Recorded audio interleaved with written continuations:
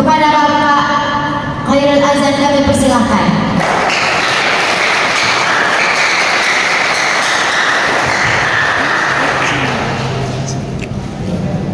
Izin Pak Aris, Pak Prodi dan Pak Musa. Bismillahirrahmanirrahim. Assalamualaikum warahmatullahi wabarakatuh.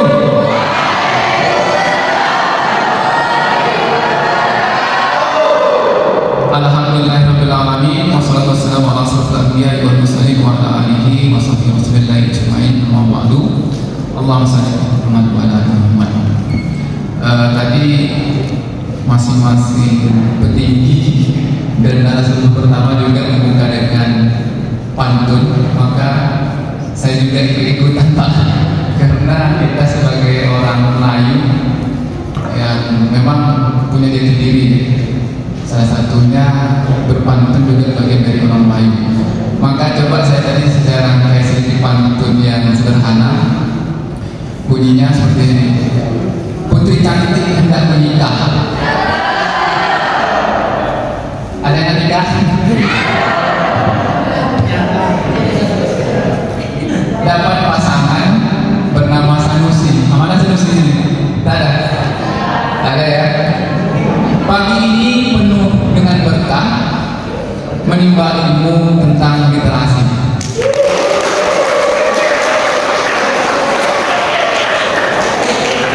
Yang saya hormati Ketua Prodi Manajemen Pendidikan Islam Senayan Bengkalis, yang saya hormati Bapak Musa Ismail selaku pembicara pertama, Pak Haris sebagai dosen di Prodi MPI, adik-adik mahasiswa, Ibu moderator, dan adik-adik dari perwakilan sekolah masing-masing, baik dari itu dari SLTA, SMK maupun dari Madrasah Aliyah. Dan yang saya banggakan teman-teman panitia yang sudah luar biasa mempersiapkan kegiatan hari ini, tentunya punya perencanaan yang matang. Karena kita juga orang MPI pasti bicara perencanaan. Dan alhamdulillah hari ini bisa terrealisasi walaupun di kesibukan masing-masing ya, dosen sedang mengajar, Pak Musa juga sedang bertugas di instansinya, dan adik-adik dari sekolah juga sedang mungkin ada jadwal khusus ya di sekolah, tapi tetap meluangkan waktu hadir di sini untuk menimba ilmu sedikit tentang literasi. Saya mohon izin untuk berdiri ya. Zaman sekarang istilahnya apa? Revolusi industri.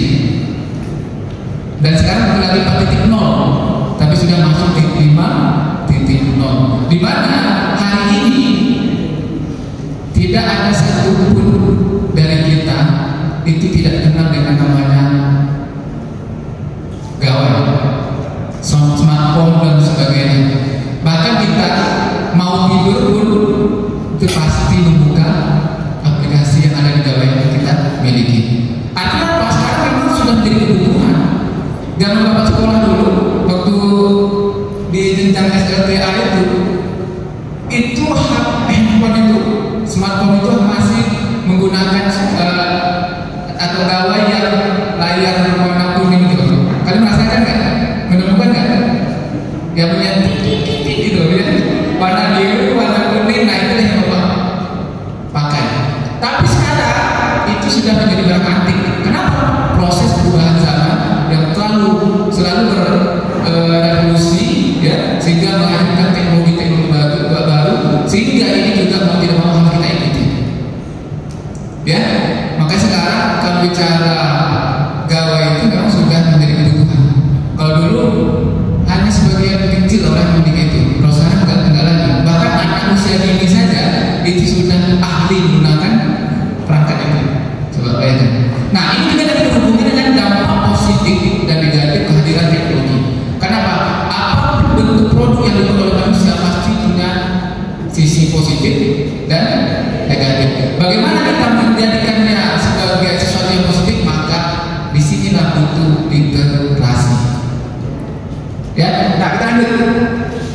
Ini tadi sudah dijelaskan oleh Pak Musa, ada 6 literasi dasar yang perlu kita pahami, yaitu yang tadi pertama literasi baca tulis, bagaimana kemampuan kita memahami teks, lalu menerjemahkannya nanti langsung ditulis dan sebagainya, itu masuk dalam kemampuan literasi baca tulis, atau tadi kata Pak Musa kemampuan berbahasa, ya. Lalu yang kedua numerasi yang juga Pak Nasri juga sampaikan yang terkait angka-angka yang berhubungan dengan matematika, maka ini juga kita perlu pelajari, ya, pahami, sehingga nanti kita tak buta angka. Nanti dikasihkan orang duit 2.000, kita pikir itu 20.000. Fungsinya untuk apa? Kita tahu, makanya kita harus memahami itu. Terus literasi sains. Sains ini berhubungan dengan bagaimana kita memahami fenomena alam, ya, dengan kajian-kajian secara ilmiah. Ya, kalau di kampus kita harus riset dan sebagainya, maka memahami alam dari sisi ilmiah itu yang disebut dengan literasi sains. Terus, maka kita harus cerdas. Maka literasi digital ini juga berkaitan dengan bagaimana memahami teknologi yang kita gunakan, lalu bertanggung jawab dengan apa yang kita gunakan. Karena kita sekarang ini zamannya trenisasi, jadi share, wah, makanya boleh, tapi tanpa dibaca dulu. Itu yang kalau kamu saat tadi judul videonya lain, isinya ternyata boykot sebelah makanan-makanan lawan sebagainya. Ini kalau orang tak membuka lagi, dia langsung percaya. Dan ini juga imbas dari kemajuan teknologi. Kenapa? Ini juga termasuk bagian orang mencari ini. Ini sekarang kalau Pak Musa buat channel YouTube gitu kan, kita bisa menghasilkan uang. Bahkan sekarang gaji para YouTuber itu luar biasa, ratusan juta. Kalau punya teman dia sekarang kemana-mana, pokoknya pasti nge-vlog, publish, dan itu sekarang sudah ada amanahnya, sudah ada penghasilan yang bulannya didapat, walaupun nggak banyak, katanya 2 juta satu bulan sekarang.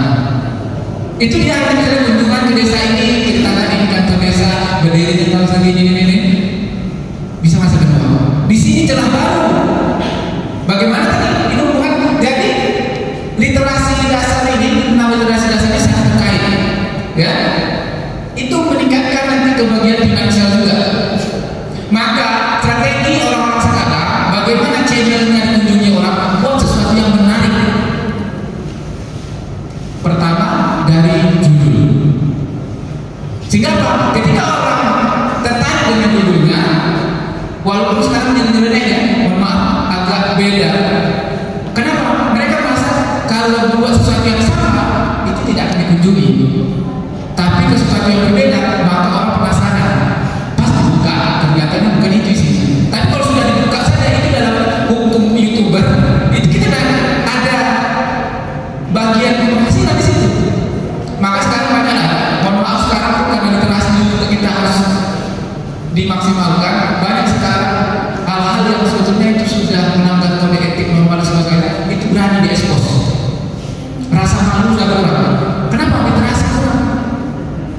Karena, nah ini kembali lagi ke literasi finansial. Dia menganggap pemahaman mendapatkan uang dan sebagainya itu bebas tanpa ada aturan. Padahal tetap norma harus dijaga. Nah, yang selanjutnya literasi budaya dan keluarga negara. Kita punya ragam budaya, ya, punya ragam etnis dan sebagainya, itu mencerminkan banyak budaya yang kita miliki, dan ini kekayaan bagi Indonesia. Ya, makanya sekarang Indonesia juga menjadi salah satu negara yang mulai daya tarik tinggi bagi wisatawan. Kenapa? Budaya kita memang beragam. Di Riau saja, ya, bicara bahasa saja, bahasa Melayu itu kalau kalian tahu bukan hanya satu bahasa Melayu, itu banyak cabang-cabangnya lagi. Nah ini kita harus paham tentang budaya yang kita miliki, jangan sampai nanti karena sekarang kebarat-baratan itu mulai mendominasi dalam kehidupan kita. Kita seakan hilang jati diri, tapi memunculkan jati diri orang lain. Boleh kita belajar budaya luar, tapi tetap kita harus paham tentang budaya yang kita miliki. Nah, keluarga negara, maka kita juga harus sadar tanggung jawab kita menjadi warga negara yang baik itu seperti apa. Ya, walaupun kita bahasa kasarnya kita mencari makan dan sebagainya, enggak juga begitu rumusnya. Kita punya negara yang harus kita jaga dan sebagainya, kita rawat. Jangan timbulkan kerusakan di mana negara kita tempat berpijak. Ya, nah selanjutnya ini adik-adik semua dan rekan-rekan mahasiswa, ini karena juga Bengkalis ini juga termasuk apa ya, agak rendah dari sisi membaca ya Pak saya. Di kalangan mahasiswa pun kadang membaca buku itu sesuatu yang menyebalkan. Ini yang mahasiswa-mahasiswi di sini. Bagaimana kita bisa membuka cakrawala kita kalau kita memang tak mau membaca? Kalau kalian belajar dari guru itu hanya 20% yang mendapatkan dari guru, begitu juga dari dosen. Maka kalian juga akan mencari informasi di luar sana dapat lewat membaca. Membaca itu bukan hanya dibayangkan buku cetak dan sebagainya, tapi juga banyak buku-buku digital. Nah ini beragam platform yang bisa kalian temukan. Ya, ada Gramedia Digital, ada Impusnas. Impusnas itu kan mantap betul, dan kita punya program literasi digital. Bagaimana memberikan akses kepada pembaca mendapatkan informasi lewat buku-buku digital yang tak perlu dibeli. Tapi kadang yang gratis ini malah tak mau dibeli, tak dibaca. Justru nanti cari buku-buku yang berbayar. Kadang ngeluh, katanya dan sebagainya. Yang gratis aja tak mau. Nah ini yang repotnya. Jadi ada misalnya kita ada Kindle, Libby, Google Play, Books. Ini kebetulan dari Bapak Musa juga buka. Kebetulan saya kata Bapak itu juga punya penerbit buku, termasuk buku Pak Musa sudah kita terbitkan juga. Dan alhamdulillah sekarang sudah diterbitkan kurang lebih 260-an judul. Dan itu tersebar seluruh Indonesia. Dan kami juga bagaimana memberikan akses kepada para pembaca itu tidak hanya dalam buku cetak, maka kami juga sediakan buku digitalnya. Salah satu platform yang kami unggah itu ini bisa dicari di sini, nanti di Google Play Books. Jadi sekarang Google itu juga ada aplikasi slot yang memberikan ruang untuk mengakses buku-buku digital, yaitu di Google Play Books. Ada juga di Lontara, terus buku.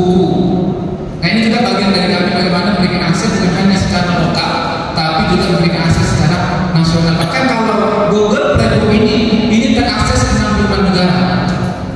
Karena Google Play Book ini miliknya Google. Jadi pasar kami secara internasional juga terdeteksi. Terbitan kami terkait buku-buku yang kami terbitkan. Terus kita lanjut. Nah ini adik-adik di sini ada yang hobi menulis ya. Ini banyak platform sekarang nih. Ini ada Wattpad ini sekarang generasi muda sekarang ya, dari SMA mungkin paham betul nih, karena apa? Saya punya ponakan itu memang di Wattpad ini manis. Dan hasil-hasil buku dari Wattpad ini yang terbitkan dalam buku cetak, dan itu pasarnya luar biasa. Ini platform, ini orang sudah merancang ke sini loh. Kenapa? Karena di sana sekarang kita di era digitalisasi. Orang lebih nyaman membuka HP ketimbang buka buku cetak. Orang akan malu bawa buku cetak dimanapun pergi, tapi tidak malu bawa HP. Ini budaya kita. Beda ya. Kita merujuk kepada sistem pendidikan terbaik di dunia. Salah satunya itu Finlandia. Ya kan boleh akses nanti. Itu di sana ternyata kenapa mereka maju? Ya, kenapa mereka maju? Dari anak mau itu sudah dibudayakan tentang literasi. Salah satunya membaca. Kemana-mana, ya, anak-anak sekolah ini dibawa buku nggak malu. Ini terus meminjam buku di perpustakaan. Kenapa? Karena literasi yang sudah terbentuk. Mereka itu diberikan keleluasaan untuk mengembalikan kapan saja dan pinjam sebanyak-banyaknya. Kenapa? Karena pihak perpustakaan sudah percaya kalau pinjam ini pasti kembalikan. Nah, kalau kita, saya punya buku beberapa buku yang saya ada yang harga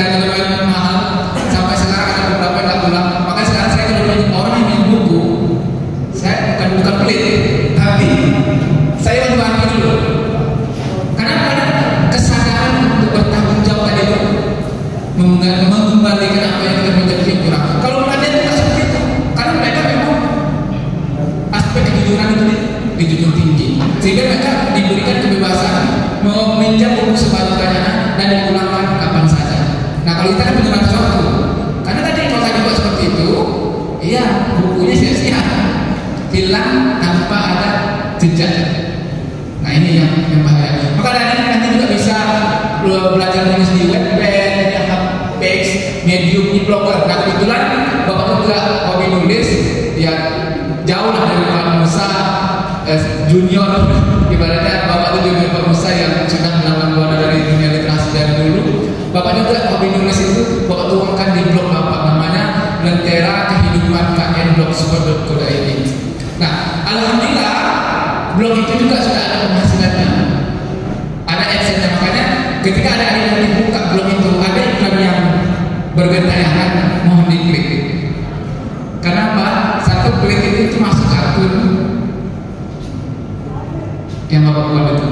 Makanya kemarin alhamdulillah, kalau masalah kemarin 4 kali pengajuan ditolak, alhamdulillah yang kelima akan diterima.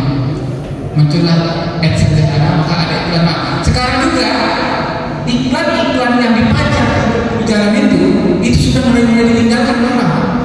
Bayangkan harganya itu 1 jam, satu hari 2 hari seterusnya, itu besar biayanya kalau di baliho-baliho yang ada di tepi jalan. Maka bagaimana menghemat biaya dan aksesnya lebih luas? Kalau misalnya dibangun di simpang 4 jalan Pramuka itu, ya, yang baca hanya orang yang datang ke lokalis, dan itu terbatas. Bayangkan kalau dibuat di blog, di Facebook dan sebagainya, orang akan akses dari mana-mana. Nah ini strategi marketing literasi digital yang sekarang mulai beralih. Maka kalau teman-teman juga ingin menyampaikan sesuatu, maka juga harus dekat dengan digitalisasi. Termasuk apabila Bapak ini sudah ada. Nah di WordPress juga ada, kita bisa nulis di WordPress ini. Terus ada di Vocal Media dan sebagainya. Ini di antara platform menulis yang banyak lagi yang tak disebutkan di dalam slide ini. Terus terakhir, ini terkait menulis ya. Karena kita ingin menjadikan Bekal sebagai kota pendidikan, maka budaya dari kota pendidikan itu juga harus dibangun. Bukan hanya membangun infrastruktur dalam bentuk fisik, tapi budaya juga harus dibangun. Salah satunya apa? Lewat literasi dengan cara menulis. Kenapa Jawa itu maju pendidikannya? Kenapa? Di sana budaya pendidikan juga dibangun. Maka di sana juga di Jawa itu banyak pemimpin. Kenapa? Mereka tahu karena di situ banyak penulis, maka pasarnya juga ada. Maka Bekal kalau menjadi kota pendidikan, tak hanya cukup bangun gedung-gedung bagus, tapi juga bangun budayanya. Salah satunya lewat budaya menulis. Nah di sini kita mengutip dari kalimat Said Qutb ini menjelaskan seperti ini. Satu peluru hanya mampu menembus satu kepala, tapi satu tulisan bisa menembus ribuan bahkan jutaan kepala. Kenapa? Tadi ada Google Book di mana kalian akses dan publish di Bekalis, 66 negara membaca. Berapa jutaan kepala yang tulus. Tapi kalau kalian satu peluru, ya satu, paling banter itu 2 kepala. Jadi sekarang kalau kalian mengubah satu peradaban, budayakanlah menulis. Kenapa? Menulis itu berkomunikasi sebetulnya secara tidak langsung, dan itu ketika kalian naikkan ke media-media online, itu akan bernyawa seumur hidupnya. Selagi tulisan itu tidak dihapus, maka lintas generasi akan bisa mengakses, lintas generasi akan bisa mengetahui apa yang kalian pikirkan dan apa yang kalian temukan. Terus kata Pramudia, orang boleh pandai setinggi langit, ya, tapi selama ia tidak menulis, ia akan hilang di dalam masyarakat dan dari sejarah. Menulis adalah suatu pekerjaan untuk keabadian. Ini. Jadi bayangkan kalau para ilmuwan terdahulu, ya, seperti Ibnu Sina, Al-Farabi dan sebagainya, tidak menulis apa yang mereka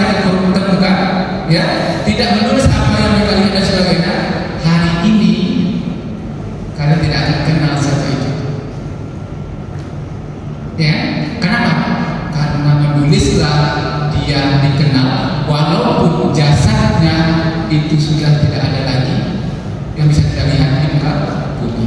Nah, kalau kalian ingin kenal tadi bukan semana es, ya Pak ya. Kenapa? Karena dia sampai diabadikan sekarang diberi nama untuk perpustakaan daerah provinsi Riau. Dan anaknya termasuk Pak Saukani, Pak ya, termasuk kepala MTS Jangkang. Kemarin Pak Mantan mahasiswa, ternyata kepala sekolah itu anak dari Sumana Asih. Artinya apa? Bengkalis ini banyak para penulis. Kalau kalian lagi telusuri cerita panjang lebar sama Pak Musa selaku sastrawan dan budayawan juga paham betul lah tentang Bengkalis. Tapi kenapa hari ini mulai bermunculan sesuatu dan alhamdulillah. Nah, siapa yang menggerakkan ini?